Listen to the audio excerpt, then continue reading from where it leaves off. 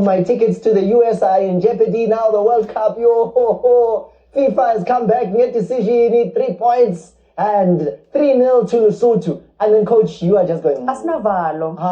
Asnavalo. For the first time in a long time, Asnavalo about Bafana Bafana. The next few games we're gonna play, we'll just go through and fight. Yeah, not with that Cruzeiro, but we mean business.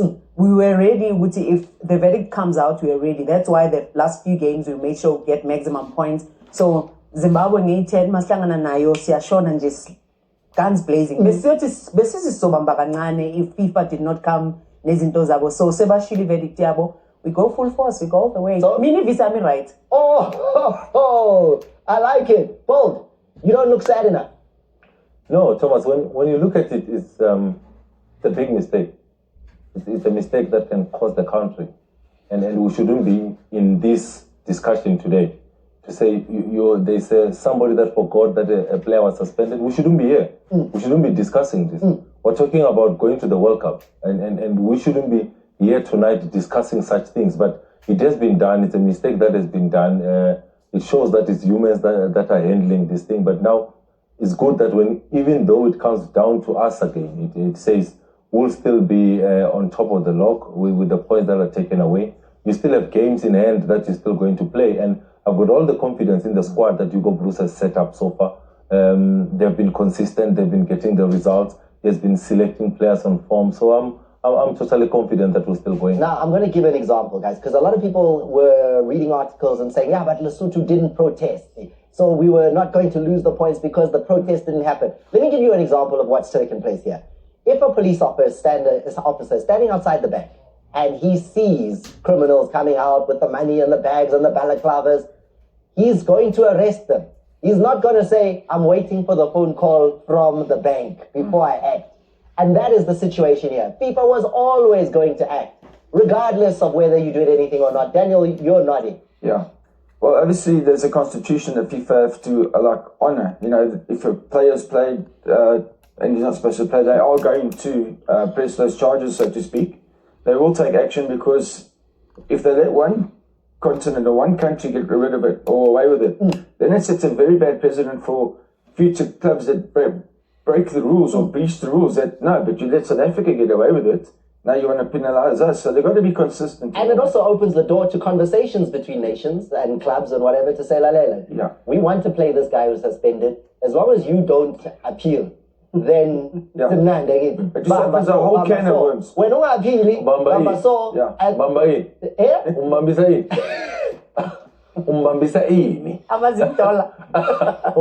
just say that if it didn't happen, it does open the door for conversations to happen, back door, where you know that as long as I didn't put in a protest, well, nothing can happen, right? And that was something that FIFA, I'm pretty sure, were aware of and why the rules are the rules, and this is the situation in. Do you think we'll appeal? I know South Africa has an opportunity to appeal in the next 10 days. Yeah, appeal. Let's not waste too much more money into it if we are guilty, you know. If we. Yeah, obvious. I mean, because we have to go back and check our team sheet, so the team manager has to give all the evidence and all of that. Abantu engekhoshonga ukuthi bazothola 3 points ba appealile na iLesotho zothola 3 points or ngeke ithole because if they also didn't appeal. No, they got it. Yeah, 3 points. Yeah, at least izosusa laba baseduze kwethu abasemuva ingabaphi confidence kakhulu. So yeah, and it's important that it happened while we are at the top of the log, because imagine if Besu number 2 or number 3. But we're not top of the log anymore.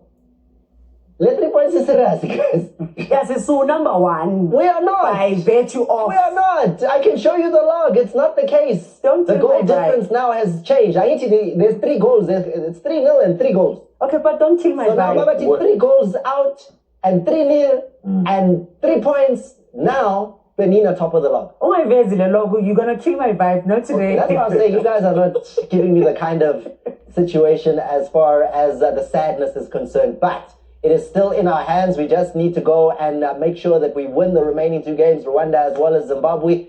And then, guys, we are now hoping that Nigeria must help. Because Nigeria are playing against Benin in the final game in the group. And Nigeria is Benin. And we win our 2 games tonight. Then we socale manje ufuna ukukhipha ama-calculator, ufuna ama-favor, ufuna yini. Nasizoziwinela ama-game. No, siyatobetsa, guys. Siyakora futhi. No, siyatobetsa. We must press the calculator. Anyway, that's the conversation. Let's move on now to what's happening domestically, and we'll always keep you up to date as what's going on with Bafana Bafana. And remember, that game and those two games with Bafana Bafana this next month coming are live on your World of Champions. We will show them to you. However, the man of the matches this week that was, guys, we always show you over the weekend who the players were that were man of the match, and we try to look at the week that was had and decide who's potentially our extra time man of the week. So, these are the man of the matches, and who do you think really was exceptional this last week as we look at it? Ngakis, Santos, the new man, Jurgens, Botsani, Siabi, or Ndlovu, Golden Arrows? I'm a little bit divided between Ndlovu and Botsani. I'll tell you the reason why. You look at Ndlovu, Arrows getting 6 points in this week.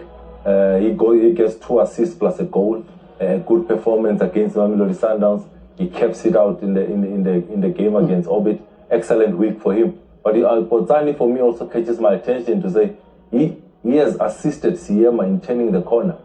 Is that good enough to say, okay, they lost midweek? That's maybe the disadvantage to say they lost midweek against Orlando Pirates. And then Botsani turns the corner for Swelele. Coach, you're a coach. You play a Mike save and goal.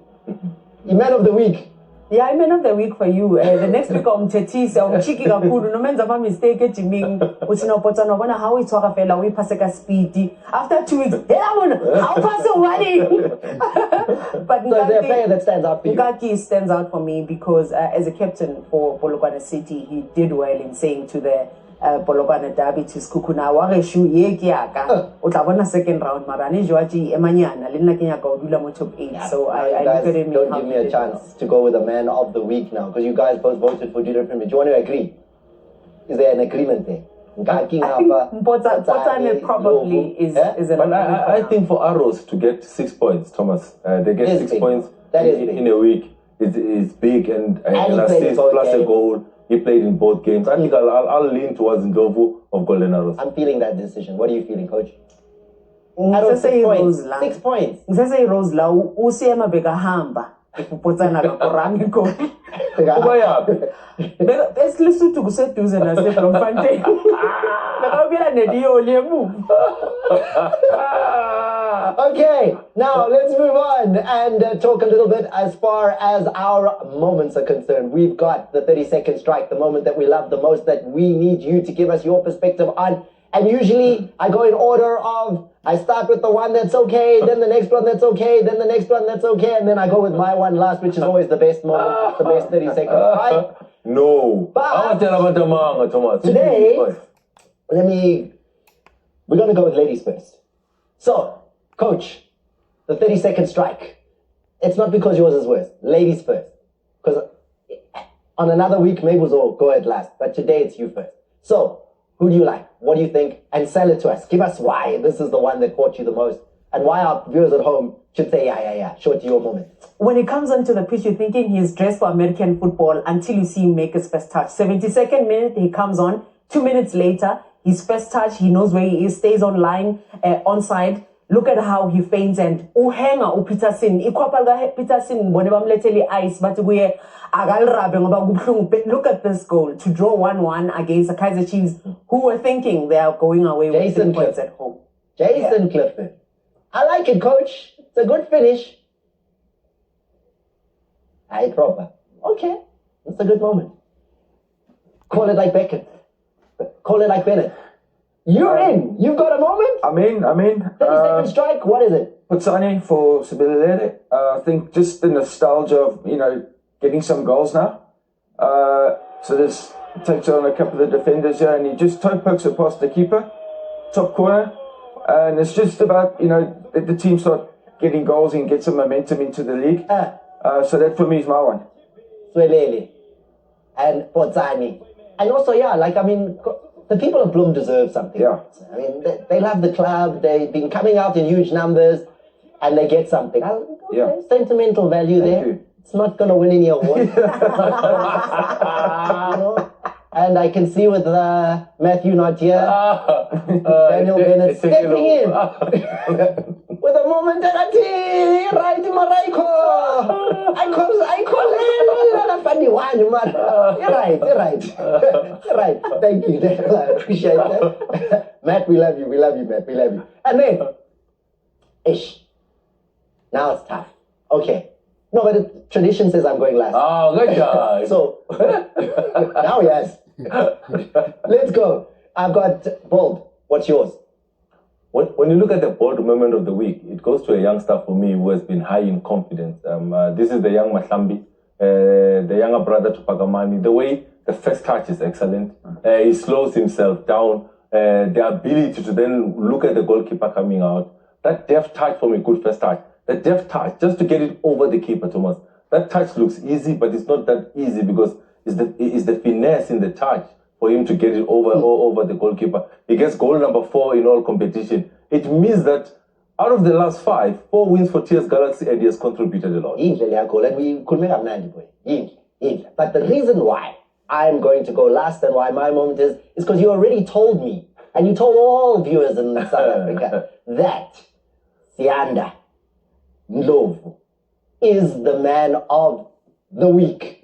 So if he's the man of the week, here is the goal. What a finish. And it reminds me of what Itukule used to say, switch on. They don't switch on. Pilani Kumalo, quick ball. And then, top finish. All the laces, if the net wasn't in the way, that ball is on its way to Johannesburg and would have landed here in studio. That is how good that strike is. That's my 30-second strike for the week. And this is where we need you to give the perspective as far as those are concerned. Tell us what you think in terms of those. Just coach young I think I'm player Obital Lele, man. I'm a player Obital Lele. That's why I said. Who shall we said play? They all turn away. I don't mind. That's why I said. Akana pressure we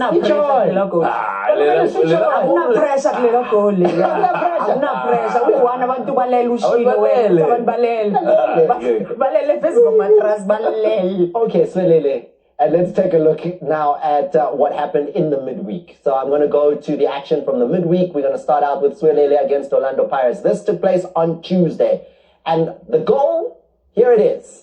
My big question, Apollos' goal, fantastic. My big question to the big man here in studio is when we look at Evidence Mahopa's assist here, is this an unbelievable backdoor pass? There's something that we call the secondary assist or the pre-assist that comes from Rile Mufokeng. An excellent ball that dissects 2 defensive lines of Swelele in this instance. He finds his big number 9. He finds Evidence Mahopa. All it needs is any touch to deflect that ball to an Apollos that is waiting to pounce on it. The good first touch by Apollos. The lace technique to go through the ball generates a lot of power. Ushaya grass cutter no coach ushaya 40 meters. Usprintile coach standards polile na Evidence. Who coach la? Yeah. Secondary assist, really assist by Mahopa, then who police Fagapagati? For me, it's the importance of how Mahopa does not become a defensive striker. We've seen how players defend that ball equally now, we are clearer and makes it easy for the defender. How he touches it or how he hits him. It hits him at the right pace, at the right time, at the correct foot. Make up your mind. Don't cushion because now you if you're at the right place, at the right time, you are able to be in control of a situation. He's aware of the ball that is coming there and how he's trying to step on it. He might have tried to step on it, but Leah ended when he right. A defensive strike. Big week for Orlando Pirates because that game against Rilele was probably not the best performance you're ever going to see out of Orlando Pirates side, but the 3 points was what was critical, and they got those 3 points, and the campaign in the league remains going. Then the focus had to shift to Diodi and what was happening here against the boys from Lesotho. It took reasonably long for that first goal to come, but then the floodgates opened. Tsepang Moremi, free kick. You always hear coaches saying, just place it. He goes for the in-step technique. He passes the ball into the back of the net. When it hits the side netting, it's a well-taken goal, and he opens up the account. Who be in goal here for Diodi? Hey. Bona ya dive after. Oh, Eric mo botsa ka Sotho sa ha bona. O bane go dive after. Bolo e se ikene ka dipalo. Mara ke batla ho nka monyetla ona ke re ka mogho moremi a tlang ka bolo ka teng. Technique a bitsang ka yona. Ona pasa net. Ha ti goalkeeper lena ha bone hore eish. Yeah, no, the only goalkeeper is going to look at himself and say, I could have done so much better as a goalkeeper there, because he gets his knee down, he gets his arms there, but he doesn't scoop the ball, he just places his arms. Tactics and trends. You found some in that 4-0 victory for Orlando Pirates in the CAF Champions League. When you look at the tactics and the trends this week, one thing that you're going to see is pressure area and non-pressure area. Let's go into the moment. You're looking at Lioli trying to press Orlando Pirates. Those 4 players are going to go press. Look at where they want. As soon as Melusi turns his body to play the ball to Sibisi, they are orientated to go press. Now, I love the composure of Ndaba in this season. Good first touch. He wants to drive into the structure. Now it's a 4 versus 3 for Orlando Pirates. Technical quality is important. He wants to play that ball to Mbule. Look how away he is. They are calm. It's Muremi on the ball. He gives the ball back. Now, they want to use Mbule as a rotator, but in this instance, it's 4 versus 1. They don't want to go in there. It then goes to SBC. I'm drawing a line, the bottom side of your screen. That is the pressure area. The non-pressure area is on top, because the top area is 2 versus 4 for Orlando Pirates. That's why they want to rotate the ball to the non-pressure area. They do that well in finding Siema. He then finds Tito. The ambulance has already scanned. That is the space in the pocket that he has picked up. On top of your picture is Livito, the right back. He has opened up the field to create that width. Now, that is the space that Livito wants to use. From the outside of his boot, Tito Maswangani is going to find the well-weighted pass to be able to find Livito in this instance. The end of God is on Mbutuma. Look at that 50-meter run that he's going to make. This is a man that is hungry. This is a man that is looking for goals. The first-time cross that comes from Livito in this instance, it finds Mbutuma in the box. He opens his account for Orlando Pirates. It's a well-taken goal. One thing that you'd see in today's telestrations is that we're talking about the pressure area, moving the ball from a pressure area to a non-pressure area, and then using the speed to accelerate in behind. Well-taken goal. It is a very good goal. Then Mbutuma went on to get a brace. Now, as we look at how that brace was scored, Coach Nemtajela has to take huge credit here, because the run that he makes to get the first shot away as well, and then shoots.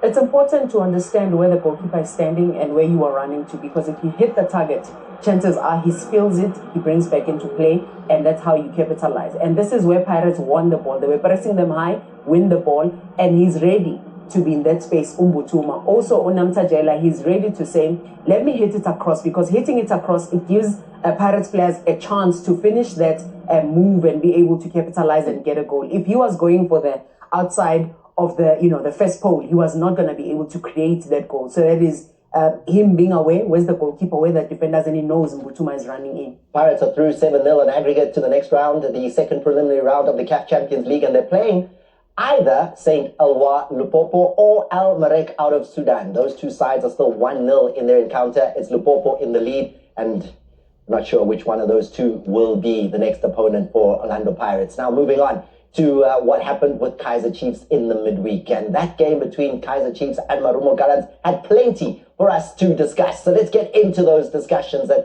we start out first and foremost here with the early stages of the game, of their half. Ball knocked in, goal scored. Mayo early in his time at Kaizer Chiefs. Amazing. It's an amazing goal. When you look at it, Quinica puts in a delightful ball that is cushioned off by Dupree to be able to set Mayo up. What a start for your new club. First start of the season for Mayo at Kaizer Chiefs. But for me, what is important is Musendami. I don't understand. Musendami turns his body, and when he turns his body, it means he's moving away from the ball so that the ball can go. You're talking about when Quinica knocks the ball in. Yeah, well, the long ball. No, when Musendami can block that ball. Easily block it. Look here. He turns his back. Oh, wow. He turns his back. And when he turns his back, it's easier for Quinica to find Dupree. Dupree sets Mayo couldn't be a celebrator. A well-taken goal, but Musindami should stand his ground and block that ball. Because Coach Shoti Begai defend. Yeah, I'm a defender so. I'm a defender wenza kanje. Ngiyeza. Ngiyabona bazokhahlela bese ngithi hayi no. You make yourself big. If anything, you go in and you block your face with your arm, but you don't turn your body. Why are you pressing in the first place? And when you are pressing to force a defender wide so that you make their game predictable. Now, he's just went and ticked the box and said, you won't die from being hit by the ball, you know. So that for me is when we talk about a striker disrupting the build-up of play from the opposition. He doesn't do that. He's just going for the sake of it. And it doesn't help because it ends up at the back of the net where he didn't make it difficult. Not brave enough. Not brave enough. Even not smart enough in how he positions himself. Now, Daniel Bennett, call it like Bennett. There's a penalty given in the game.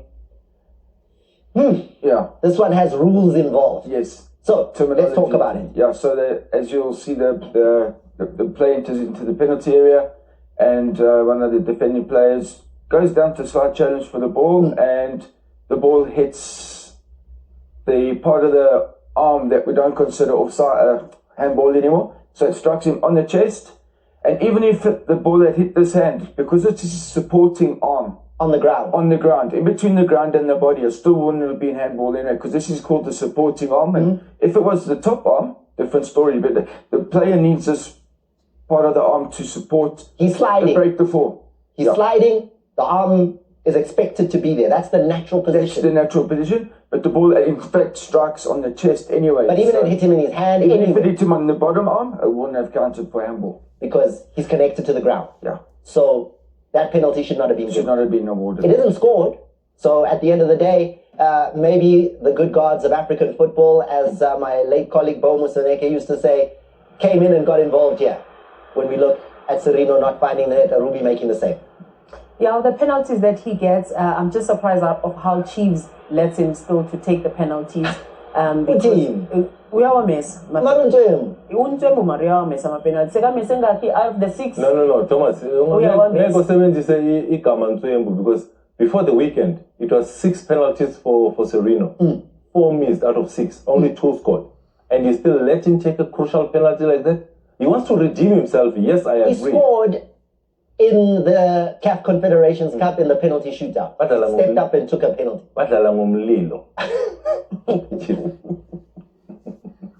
All right, we'll look at it a little bit later and we'll discuss that. What are your views? Should Serino no longer be one of those considered for penalties at Kaizer Chiefs with the record that the two in studio are talking about? And then here, great finish. You've discussed this already, Shorty. Look at Quinika. Number 4. Watch him, Shorty. Watch Quinika. Watch. Look what he does. Same thing, but he turns his back. He turns his back, and he's not the only one that is not ready to press on the ball. The first thing that they do is that they press out not to win the ball. They're just going out to say we are pushing. Look at Frostler. He goes in there. He's not supposed to be going in there. If you don't know what is happening, drop and center. And he still doesn't put pressure on the ball. He allows him to turn. Then Kwenika also, he stops halfway. Go in there, let the ball hit you in the face. He won't die from it. He gets out the way. Yeah, he stops halfway. We are going to he stopped me. He wants to get out of the way. Look, I'm shy. Yo, sorry. Yo, we are shy.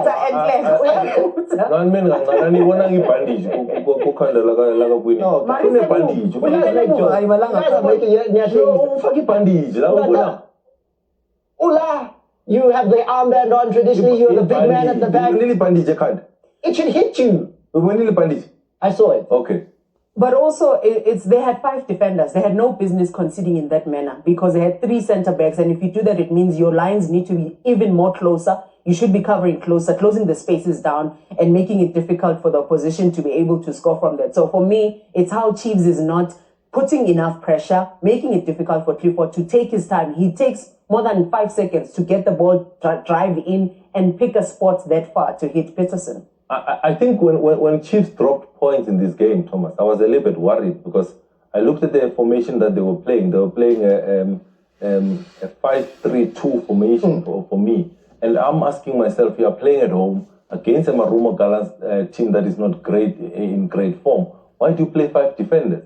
And when you look at the 5 defenders, then you include your defensive midfielder in Ox. Then it means you're playing with 6 defensive players and you're playing at home. That says it's negative planning for me, because you are thinking you're playing at home, you want your fullbacks to be flying, you remain with the two, Tetra will be protecting you in that rest defense. So for me, the formation that they use with 5 defenders plus a defensive midfielder, I thought was a little bit negative, and I was not surprised that they couldn't get maximum points at home.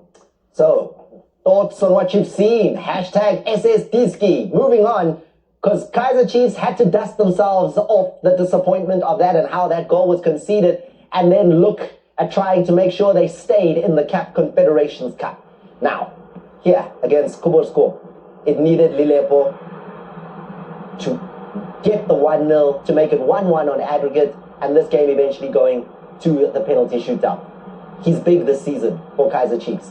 He can be even bigger for them because the amount of speed that he has, the amount of power that he has. Look at where he was coming in. It's the numbers that are going into the box for me, because if he doesn't, bulldoze, go forward like that, he doesn't score. And look at Solomon's, how he hits that as a fullback. So now it means that they're trying to, different formations. Here they didn't play with outright 5 at the back, but they pushed more numbers going forward, and that's what gave them a positive going forward. And this penalty here, Peterson almost touched it. Well, he did touch it, but couldn't really. Yeah, la, aksana pressure game. Clinical. Aksana pressure game la. It's not in the game. Aksi pressure game la. When no goalkeeper begin to. So and no one in the game who played no one. Ni pegane no ma defender ngenaya zo marki polo azo clear yenza izinto. Lawa edge of the D. So la uyambheka goalkeeper umtshela nomtshela ukuthi ke tlo ubita. But good composure and confidence for him to be able to step up and score it like that. Eventually, the penalty shootout finishes 5-4 to Kaizer Chiefs, and it's the young man who takes the 5th of those penalties. We are celebrating because of the composure of the young McCarthy. He kept his nerve. He waited for the goalkeeper to commit, and he chose a side, and he put it in the back of the net. Well taken goal. He showed a lot of composure for a defender. But I really don't agree leaving such a pressure moment penalty to a youngster. Who came on as a sub as well? Who came on as a sub? Thomas. Training. We have a Nandi penalties in Tozami. And Yaifun. No, Pema Frotman, situation age. Pema Frotman. Why are you going to take the last penalty, the pressure moment penalty? Yes, because it has gone right. It makes him grow. It gives him the confidence to go into the next penalty shootout or a penalty in the game for him to be able to step up and take it. But leaving a youngster for such a penalty of great consequence, no. Tom. Is Aiden McCarthy a Chiefs first team player? Simple question. He is. He's there. Okay, so then if I'm in the first team, why must I be the baby and I can take penalties? I mean, the guys you're making sound like there's something you can't do about You're making a point. And there's coaches that always say, Coach, if you're old enough, you're in. I'll remind Thomas of, I think it was Libisi, George Libisi, knockout competition at Kaizer Chiefs. He takes the last one and he misses. He says, I don't have a problem with Libisi. Great, big heart, everything. Then he had to go at the senior players to say, where were the senior players? Why were the senior players hiding in that moment? It reminds me of that situation. Daniel Udao hit who and said, that's way back. Yeah, because of that culture that say, I'm expecting senior players to come in and take those penalties. But I suppose with them building the new Kaizer Chiefs, they're rising to say, let's build other players that can come in. The other side of that coin, and Daniel, maybe you can have it covered. Young players have no fear, right? I mean, they've got nothing to fear because what am I scared of? It's short distance, goalkeeper, Thomas, go a penalty. Go a penalty. No, the closest I've come. The closest I came to a moment of pressure. Hey, guys. FNB, I had a game there, like where we were playing one of those matches and celebrities and what. I don't want it. Crowd. And then some tribula, you don't want to touch the ball, I don't want it. So I'm very comfortable not being in that situation. So as much as I can talk big now, and Aiden McCarthy, I mean, I would have been first keep on my cocks. I could. But Daniel, Where do you stand on situations like, I mean, I'm sure it even exists in referees, you know, big game, should a ref get a big game when he's a new and young referee, or is it a game that he should only get when he's like got 100 games under his belt and go to a final? No, well, my example was a perfect case because I wasn't getting games for a long time, and then the appointment secretary gave me Kaiser Chiefs versus Joe Cosmos in Rustenburg, and I had 3 red cards, and that was the thing that says, who's this guy? So I also think it depends on the personality of the person, and how strong they are as a person and in their personality as well. Everyone is asking, because I'm asking, did you give 3 red cards to Chiefs players? 2 to Chiefs and 1 to Figa, just arriving. And one of them was Jabu Pule. You shuffle the pack. You were brave. No. Pump on it. Brave refereeing there. Did you leave nice? Everything was fine? I was in the back of my car under a blanket. We'll be back after the break. Tebogo Mokoena, who was ineligible to play against Lesotho, he had 2 yellow cards. So, the log now looks like this. Unless South Africa appeal, and maybe that appeal changes things, which is very unlikely, but that's the situation. So, shortly, 9 down. They want a 9 down. 9 down. What's beautiful is that we've never had to count on anyone. We lost against Rwanda, and now we've lost 3 points at Tafuleni because of a mistake that happened. What's beautiful is that Bafana Bafana are out there to play, and they're showing up in every game. The players that are there. We just qualified for AFCON with a bronze medal, and now we're going in with a coach that has been confident with us. More than 15 games we haven't lost, and we've shown against the big teams, about Nigeria, Benin, and all of those teams. So I believe this is a team that can make history again to qualify properly, because the last time we qualified was in 2000 and Bani. The last World Cup we played in was 2010. The last one we qualified 2002. 2002. Korea, Japan. So now we are going in charge. to North America because we are qualifying out and out, not because we are hosting or anybody's doing us a favor. So that's the confidence we have, the type of football, type of players, and how the nation is behind Bafana Bafana gives us confidence. You talk about confidence. Confidence is high at Golden Arrows. The week that Golden Arrows had is unbelievable. And they did it 6 points starting here with a result that maybe no one saw coming against Mamelodi Sundowns. I'm not a big fan of zonal marking. I'd rather pick the best headers of the ball, men mark 3 or 2 of those, and the rest mark zonal. I don't like zonal marking because Dion takes 2-3 steps to meet the ball at the highest point. And Mamelodi Sundowns are trying to defend from a standing position, which is very difficult. Look at Dion making those 2-3 steps to attack that ball. He leaves Ronwen Williams flat-footed in this moment. He's backtracking in this instance. But a well-taken goal by Dion. He gets goal number 4 here. Later on in the week, he gets goal number 5. So he has been in good form for Golden Arrows. The way he throws his head at this junior Dion, you could think maybe, Daniel, he was a little bit angry with the officiating, because minutes before that, he probably feels he should have already been on the score sheet, and that should have been goal number 2. Yeah, exactly, because the first goal's ruled out for offside, and he's clear in an onside position when the ball is kicked. You'll see in the replay now that look, he doesn't shoot for goal because the whistle goes, and when we see the other ball's kicked there, we've drawn the line. The defending player's left foot is playing him about, I would say, guessing half a yard onside. So incorrectly disallowed.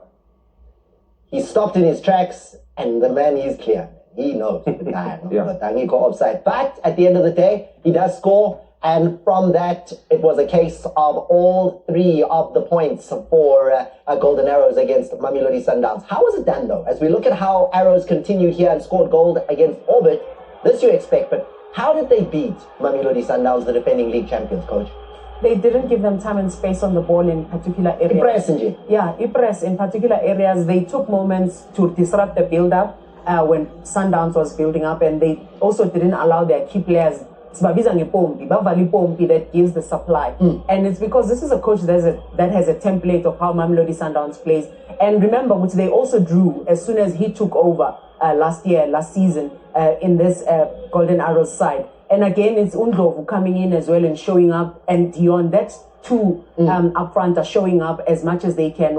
They are playing together, and now they are making us not to miss so much of Nox Mutizo, because Nox Mutizo is the one that used to score so many goals like this. But Undlovu, Dion are really doing well in how they go forward. Also, the supply that comes to them, how they are receiving those passes, how consistently they are receiving those passes. Because look at this moment, these are players that are doing this at training to say, send it. Because as soon as you see a person facing away, the delivery of the pass as well, the weight of the pass, the timing of the pass, staying onside as well by Undlovu, and how he finishes it is sublime. How did he finish it?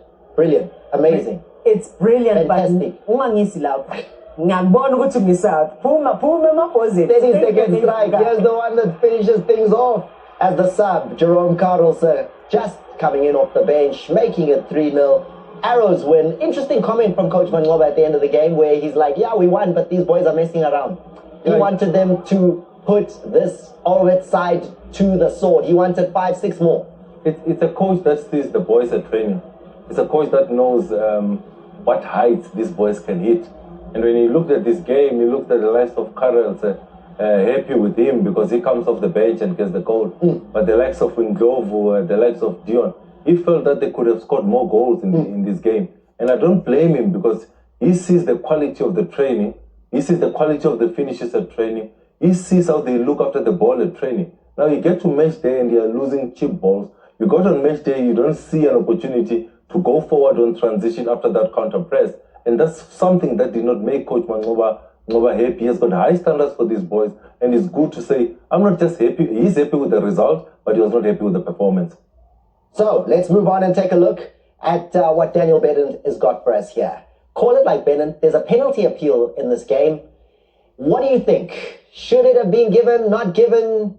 Should the spot have been pointed to, not pointed to? I don't think this is a penalty kick. I think the defending player, he does lunge for the ball, but I think he makes contact with, you can't see, I think he makes contact with the ball first, and then the attacker comes in right there. I think he plays the ball, and then the player playing in white then makes contact with the Golden Arrows player's legs. For me, as a referee, that's how I would interpret that one.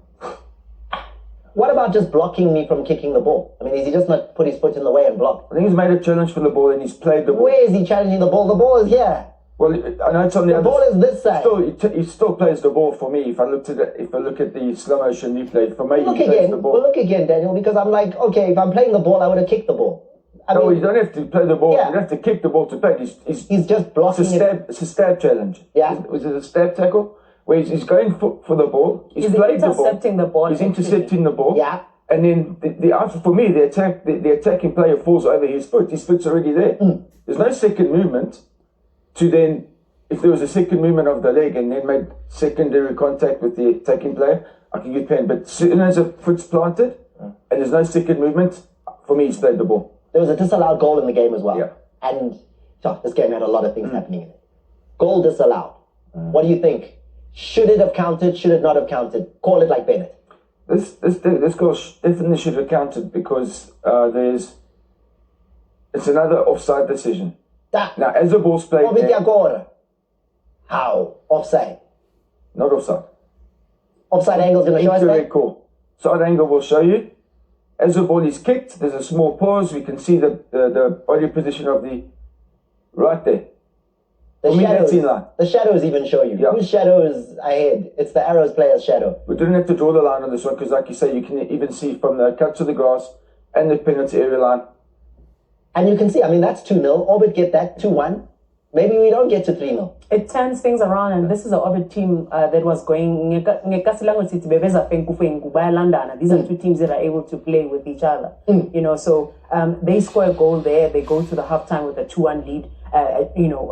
To look at it, then they are able to come back and play. Because if we see le lento le and leso sikhathi uthola ne yellow card phezulu kwalokho wazi ukuthi inkorile igol, so it takes a lot away from. Should you even get involved there as an assistant? I mean, that's so tight. Like, it's such a tight decision, and I know the Bold always says when it's tight, let it go. Advantage to the attacking team. That's what we encourage. If you're unsure about the offside or no offside position, always give the benefit of the doubt to the attacking team, right? Because we want to see goals. So the way I can interpret this situation, obviously the assistant was 100% sure that guy was in an offside position, maybe not in the right position for himself.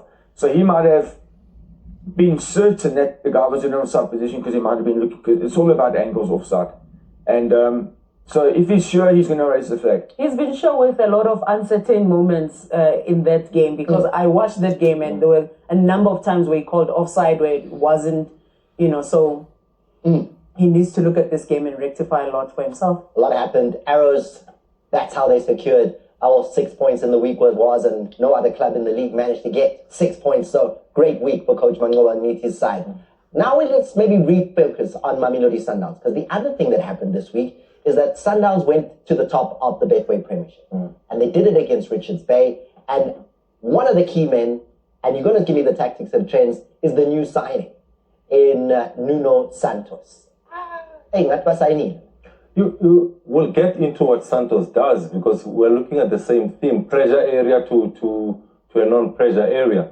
But we'll come back to this because we're playing it from the halfway line, and it needed to start a little bit earlier, and this is the wrong one that we're playing. But when we come back to Santos, Thomas, there's the ball over the top. He placed an important ball, Thomas, over the top, and the Santos, the new signing. What attracted him to Mamelodi Sundowns would be the 6 goals that he scored, would be the 11 assists that he has got. He shows that in the moment that we are showing with that ball over the top, well weighted to be able to find Matthews on the far post and he gets the goal. I like this tweet here. Nuno Santos, Bambiza, Nunus. It carries on and it says we can block. All right,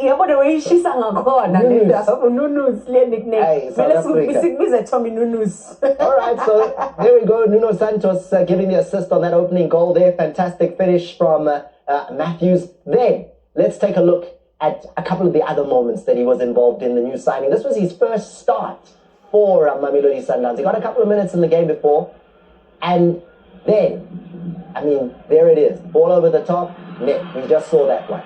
The second goal, 40, that Matthews gave. Matthews' second goal, he's showing me, Shorty, that this is a player that you just cannot allow to have time. Santos, that right foot of his has enough quality to find somebody in a yellow jersey and hurt you. This is a team that is able to change gears, and they're changing gears at the right time with an influx of new players that are coming in. Abo Matthews are enjoying themselves. Reyners, they are scoring. So you can see, even with the Mudau coming back into the team, he's given them so much confidence on the right side because he gives you goals, he gives you crosses, he gives you, the support. And with Matthews being able to go in there in front of Reyners, because he scores in front of a goal poacher himself. So it's the timing of the run, staying onside and being able to keep his eye open to see where's the goalkeeper, where's the defender, and at the right time heads it there. The delivery is immaculate as well. Santos' ball over the top there. Then the next goal here. And we always say in South Africa, when you're good, ska presa. But here, presa. Because look what he does. If you give him time, He's top. I looked at his passing range, long and short passes. He identifies runners nice and early, Thomas. And if he delays that pass, it's offside. But he plays that pass nice and early. And it's good to see Matthews high in confidence, starting to get those goals. He has gotten into many good positions like this, and he had not finished earlier on in the season. It's good to see that Matthews is finally getting the goals. Good run by Reyners in this instance, but good anticipating, he believes, good first touch, and then he puts it in the back of the net. So there you go. But it all starts with this ball over the top from Nuno Santos, who sees Reyners. And then crossbar challenge, finally net. And a long day at the office for Richards Bay. Now, one thing that happened in this game was that Richards Bay had played Mamelodi Sundowns on 6 occasions before this encounter, and all 6 games in the league had resulted in clean sheets for Mamelodi Sundowns. This goal we're about to see is the first time Richards Bay have scored in the league against Sundowns. And then you guys want to come and say, Mara, it shouldn't have been a goal. No, guys, I'm not happy. I'm going to break my record, and then you... here we go. Gabadino Mango, he scores here, and pressurizes Khoza, wins the ball from Khoza on his way, and then a beautiful finish net. Ifoul we won. I don't know. Gubune foul kukoza. There's a foul here. This is a foul. I'm Stella. Bese touch your core. Yes, beautiful finish. Ball over the top, but he fouls in there. That's a foul. Yabona ukhoza bamtshelanga ukuthi umhango ama-defender masha we-Sundowns wenza some mistakes. It's a foul, yes. Remember how Lunga did the same thing, and it was Mhango that was pressing him, Wamhedela Walkora, and it was a controversial goal. So this also is a goal that we are looking at to say, you must know, when you're playing against Mhango, don't even give him a chance to clip your ankles and force you to make that error. The referee's course, we have the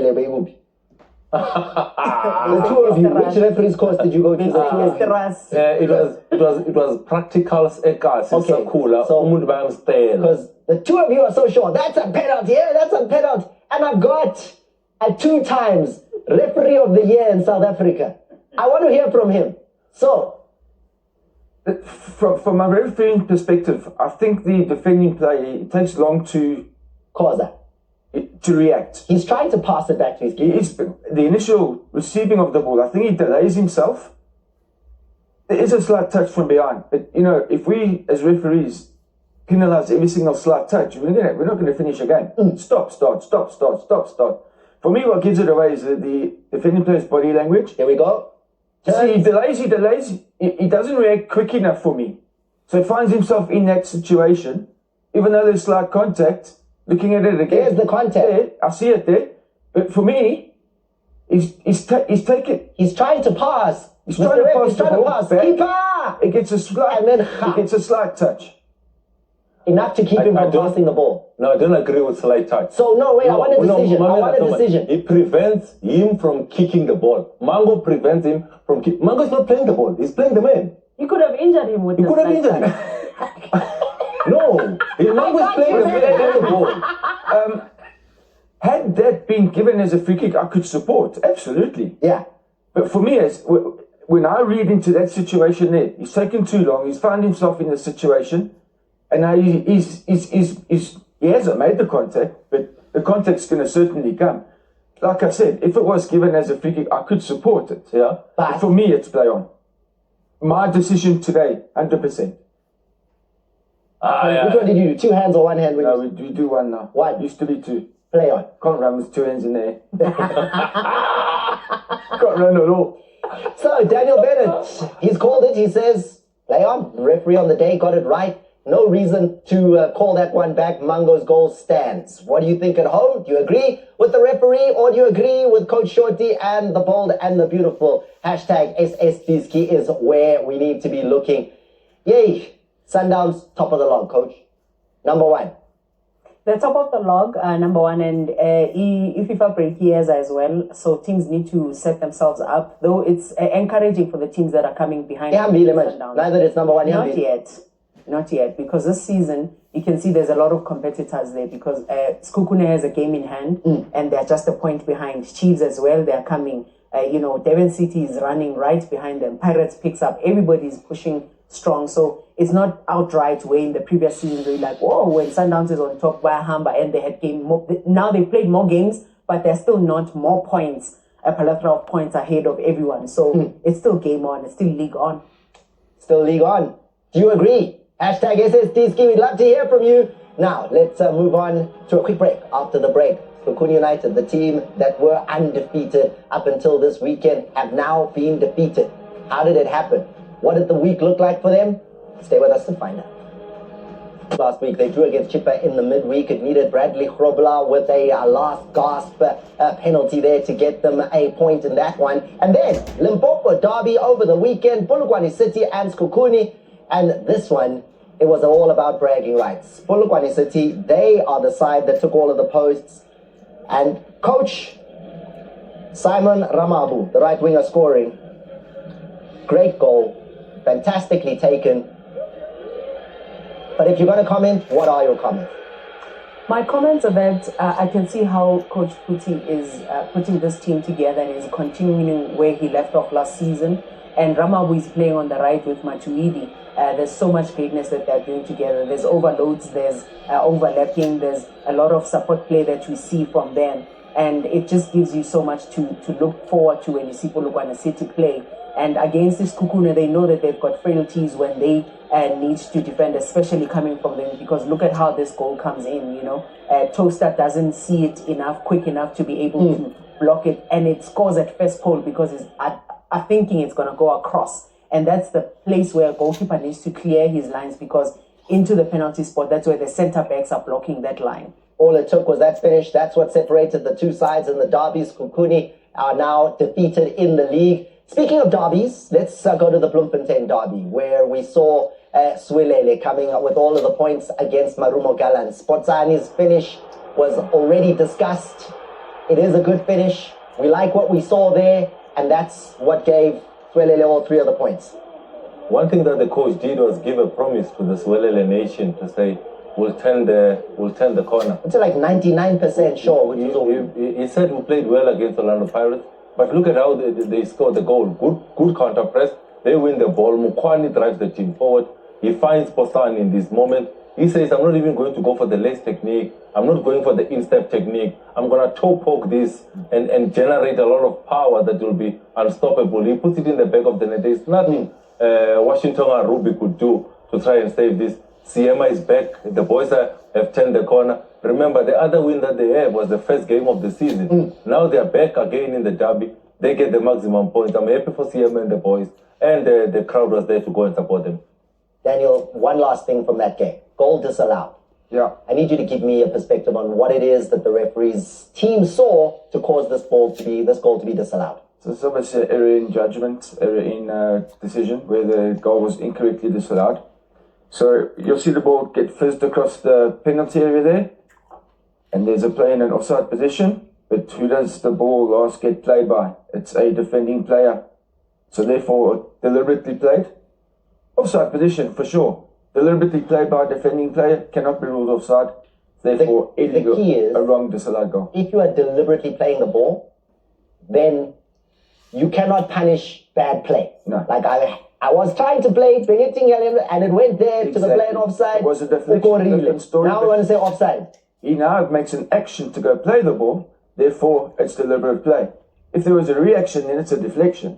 Different story. I've got a question for the ref. Was the player playing the ball in control of his body when he played the ball? That's the question. Well, what do you think? No, I'm asking the ref. He's here. He's the expert. Oh, now that I said you are No. Let's look at it one more time. While you're giving that decision, when he's playing the ball, that's the question that I have. The thing is, if a player that I don't have to control of the body all the time. I mean, if a player's headering the ball and he's in there, he's in control of his body then. For me, yeah, he scanned moves, and then he says, "Katel." I mean, he's scanned, he's comfortable, and he's saying, "I'm going to try and clear this with my left foot." Maybe he's not left-footed. Maybe Agamnandanga who left. And then now Baliti's left-footed. Baliti's left-footed. Okay, so now why does this ball then end up going straight? So Baliti's left-footed. I looked at this game and I felt the referee was correct. Obviously, I'm not a referee because I'm thinking about he's a defender being in that space trying to clear. He's left-footed and now he's standing. He's not in full control. Looks like he's passing. I'd say no, he's left-footed. I know that we are passing. No, I know that. My left-footed near clear.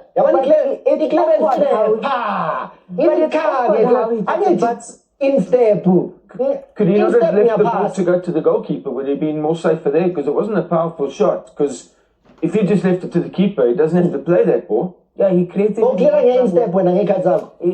It's a good part to use. The only thing is that he doesn't move quick enough to open his body and kick the ball out, but instead, awkward man, awkward nae.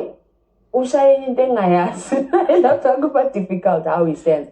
But so it's those elements where referees' cause needs to come in and refurbishing a lot because we are seeing moments that are stealing goals away from teams. But he deliberately played, I'll call offside. Yeah, get deliberate play, I'll call offside. Yeah. But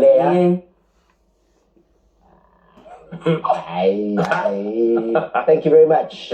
There he is, calling like Bennett, Daniel Bennett. Thank you very much, Coach Shorty. Thank you very much to the bold and the beautiful. Thank you at home for being a part of the show at home. We love seeing your tweets. Keep them coming. #SSDiski. What a week in the Betway Premiership. And don't forget, there are more matches. We've got games tomorrow, Wednesday, then over the weekend. We start with the Carling Knockout. It is all on your World of Champions. I'm your jersey number 10, Thomas Mlambo. This is Extra Time. Good night.